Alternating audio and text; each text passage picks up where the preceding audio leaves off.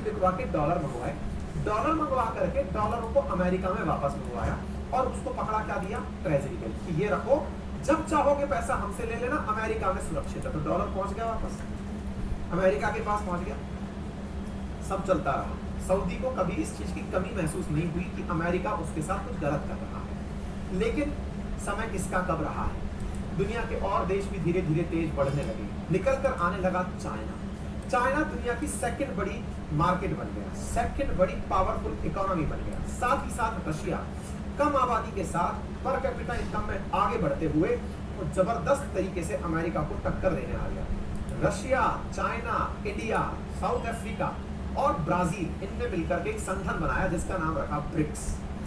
BRICS वालों ने आपस में बात करी कि यार अगर ऐसे ही अमेरिका की सरपरस्ती चलती रही तो यार ये तो हमको एक दिन काउंट ही नहीं करेगा, सब तरफ डॉलर ही डॉलर हो जाएगा। आपको जानकर आश्चर्य होगा कि दुनिया की 90% जो ट्रांजेक्शन्स हैं आज भी इंटरनेशनल ट्रेड वो डॉलर में होती है। वो चाइना भी अगर किसी के साथ व्यापार कर रहा है, चाइना इतनी बड़ी इकोनॉमी है, उसके बावजूद भी अगर उसे गल्फ से तेल खरीदना है तो पेमेंट डॉलर में ही देना पड़ेगा। आप समझिए इस बात का। तो जब पेमेंट डॉलर में ही देना पड़ेगा तो बोले यार ये तो बेकार बात है।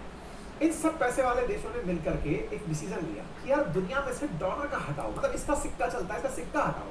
बोले क्या करें, बोले डी डॉलराइजेशन करो। डी डॉलराइजेशन मतलब डॉलर को मार्केट से भगा दो, मानना ही बंद कर दो, पेमेंट डॉलर में करने बंद कर दो। बोले पेमेंट डॉलर में करना बंद कर दे, क्यों?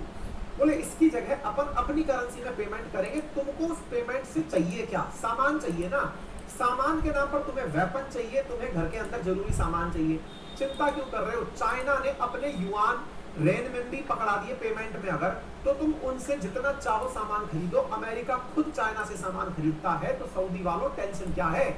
तुमको क्यों अल्टीमेटली डॉलर चाहिए जब सामान मैं मेरे करेंसी में तुम्हें देने को तैयार हूं? क्यों चक्कर पड़े हो अमेरिकी डॉलर के? सऊदी को लगा बात तो सही है। जब अमेरिका खुद अपने फोन और अपने इलेक्ट्रॉनिक गैजेट्स, अपनी गाड़ियां, अपने बहुत सारे सामान चाइना में बनवा रहा है, तो चाइना से तो डायरेक्ट मैं पैसा युआन में काम करूं ना, मैं डॉलर के चक्कर में क्यों पड़ा? बोले नंबर एक। नंबर दूसरा, तुम्हें वेपन चाहिए। दुनिया में अमेरिका से भी ज्यादा उन्नत किस्म के वेपन रशिया बनाता है। अमेरिका से ज्यादा उन्नत किस्म के वेपन साइंटिफिकली अगर देखा जाए तो टेक्नोलॉजी में रशिया फार बेटर है अमेरिका से। और ऐसी स्थिति में सोचो ना, कोरोना की पहली वैक्सीन भी वही बना के दिया, लोगों ने मजाक बनाया उसके स्पुतनिक का, लेकिन एक भी फेलियर केस मार्केट में नहीं है स्पुतनिक का। आप सोचकर देखिए, सबसे पहले बनाकर वैक्सीन दे दिया। बोले टेक्नोलॉजी में ये बहुत आगे है।